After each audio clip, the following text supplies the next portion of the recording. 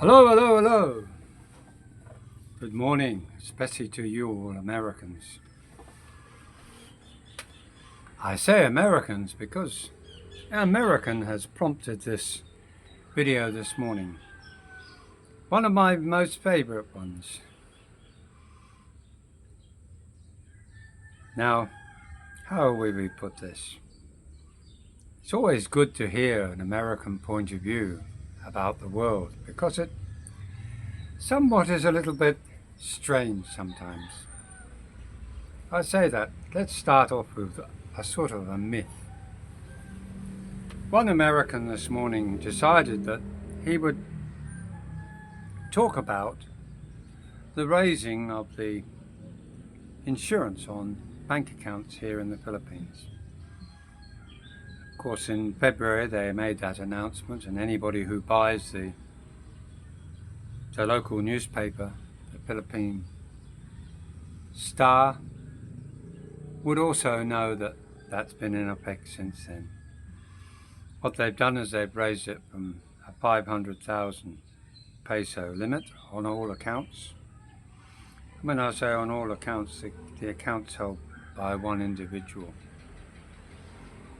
I think you need to double up on your information there.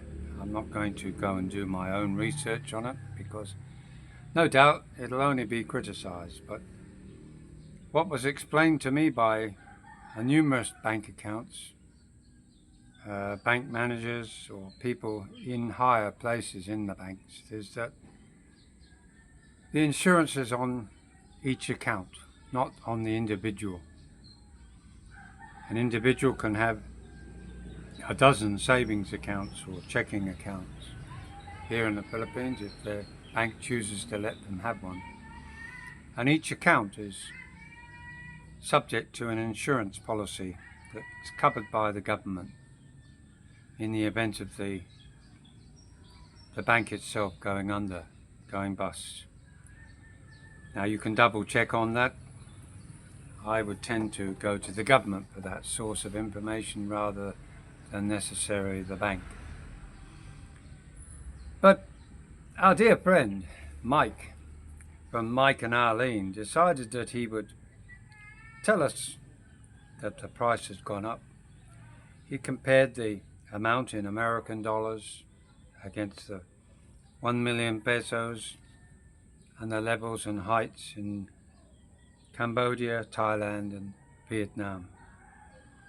Now, that might interest many of you, but of course if you're living in those countries you'd be aware of it anyway. But nevertheless, he said that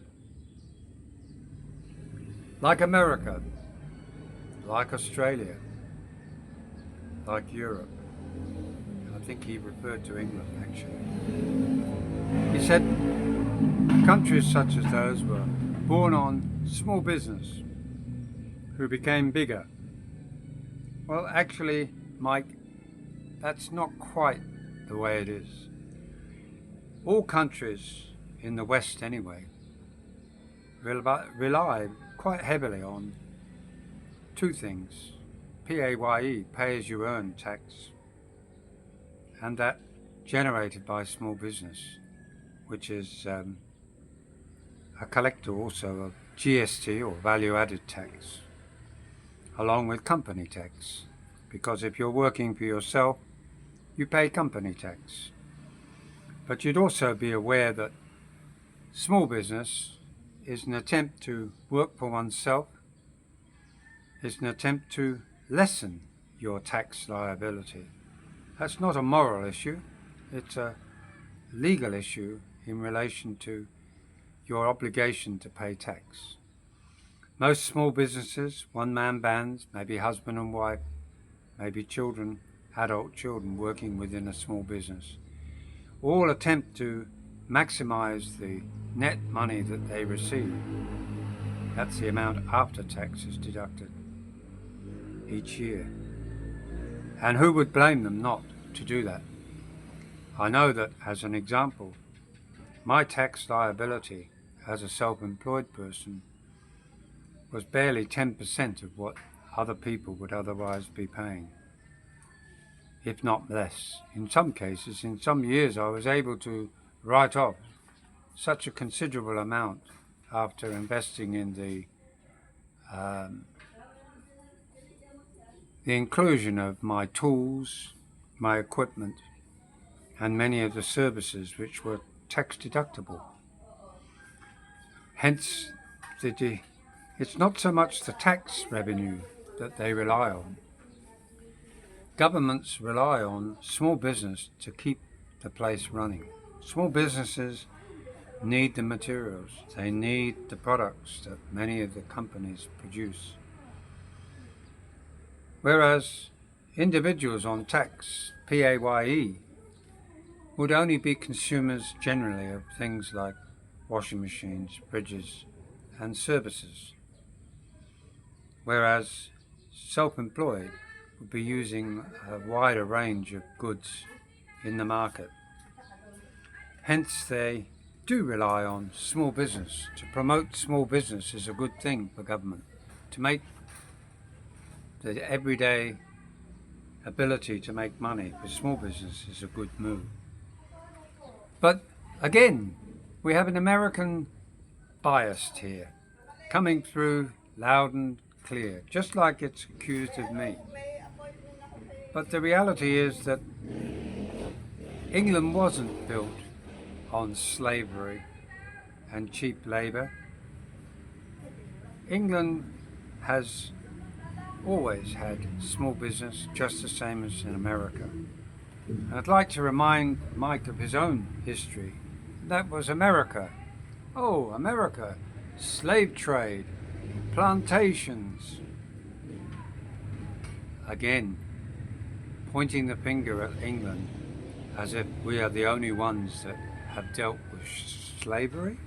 My goodness, how does slavery find its way into a subject of a bank raising the rate from 500,000 pesos to 1 million to cover deposits held by the banks?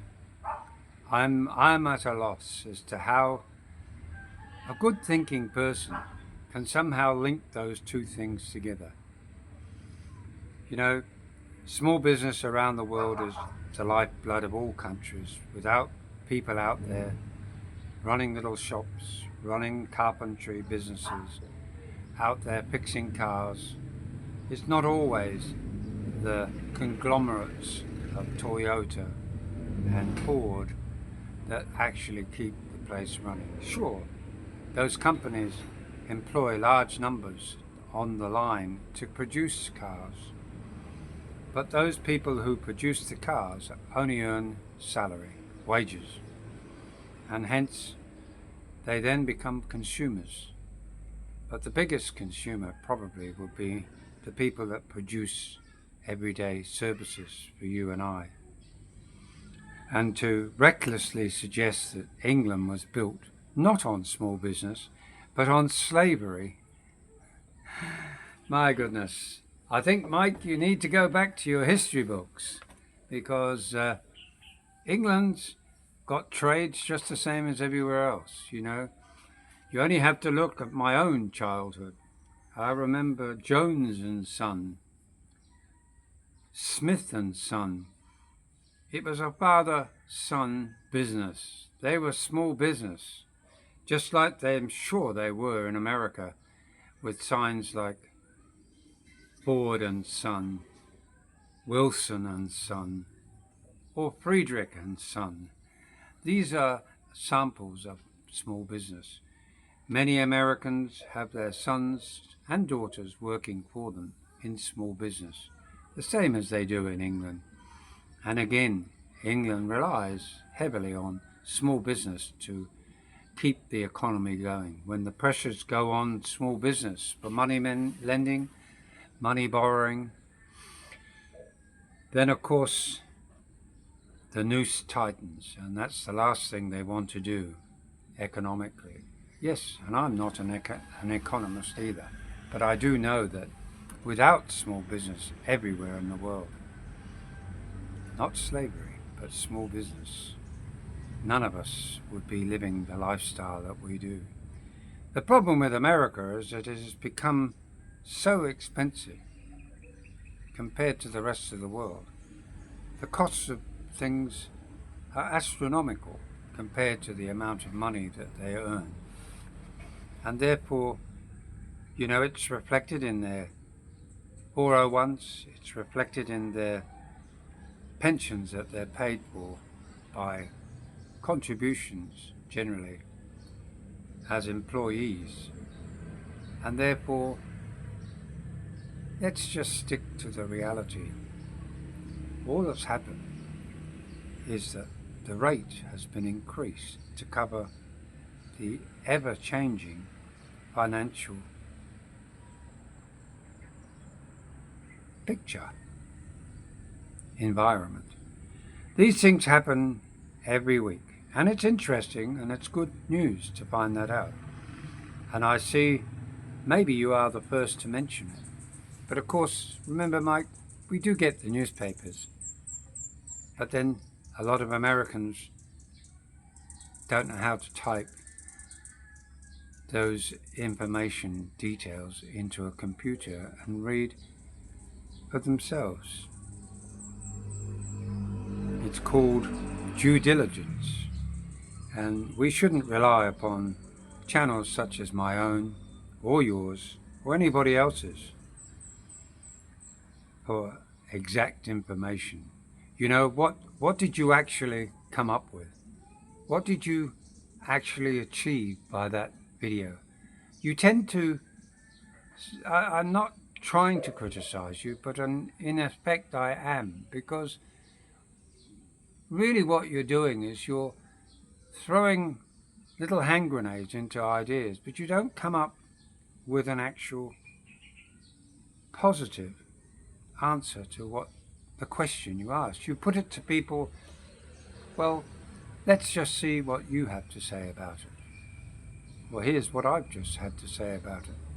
If instead of just saying the rate has gone from 500 to 1 million pesos as insurance offered under the law here in the Philippines, how about coming up with a factual reason for it? We're just moving with the times, comparing ourselves with the Thailand baht or Vietnamese currency has no relevance except the fact that you're comparing one country against another, and you cannot compare the banking system of Britain or America against that of China, Thailand or Vietnam, or even the Philippines. They're totally different kettles of fish, and we're silly to spend too much time beyond the fact that we can now go and ask questions of our own banks. If you have banks here in the Philippines, go and ask them. Get them to give you the written literature, not their word, the written literature provided by that bank that explains the reasons why the increase, and I'm sure it will, and it will probably say keeping up with the changes in the banking system around the world, and that is providing security for its depositors. That's a simple answer to that. That's the reason they've done it, to encourage people to feel safer putting in up to 1 million pesos in their bank account and knowing that it's protected. What you should be doing is trying to find out the process in which, if in the sad event that the bank does go under, how long does it take before you get your money back? What is the process required to get that money back? Who do you apply to? And how will you know that your bank has gone under if you don't watch the news in English? Hence, keep up to date with the Philippines newspapers. They're in English. Simple as that. The Philippine Star has got everything. The price of cars, the stock market, the world stock market, politics here, events that happen here, it's all in there. Every day you can go down anywhere, street corners, markets, you can buy these. And it's a good idea. That's a good idea.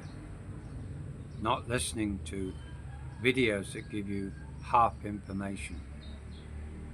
So, sorry to have a go, and it is having a go at, yes, you are American. And yes, I know you're going to say I'm picking on you.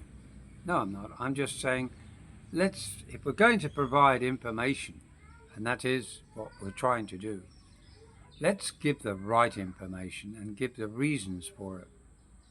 Not just flip-flop around the place with this will happen or that'll happen, or somehow linking it to something else. We know how Americans pray every day about their money. The currency has dropped against, the peso has dropped against the American dollar. It wasn't that long ago that they were hoping and praying that it would hit 60 pesos to the American dollar. Now it starts in the morning around 55, and it's going up a little bit. The Australian dollar is much healthier. Maybe it's all to do with the politics around the world, and that makes sense too, because I believe maybe Trump is seeing the American dollar possibly a little bit overvalued relative to the amount of money it has lent and has sold in its efforts to become trillions and trillions of dollars in debt. And the current president of your country is doing his best to try and repair some of the damage of the past and move towards a better, healthier and happier America. And with that all said and done, we hope you all have a wonderful day. Bye now.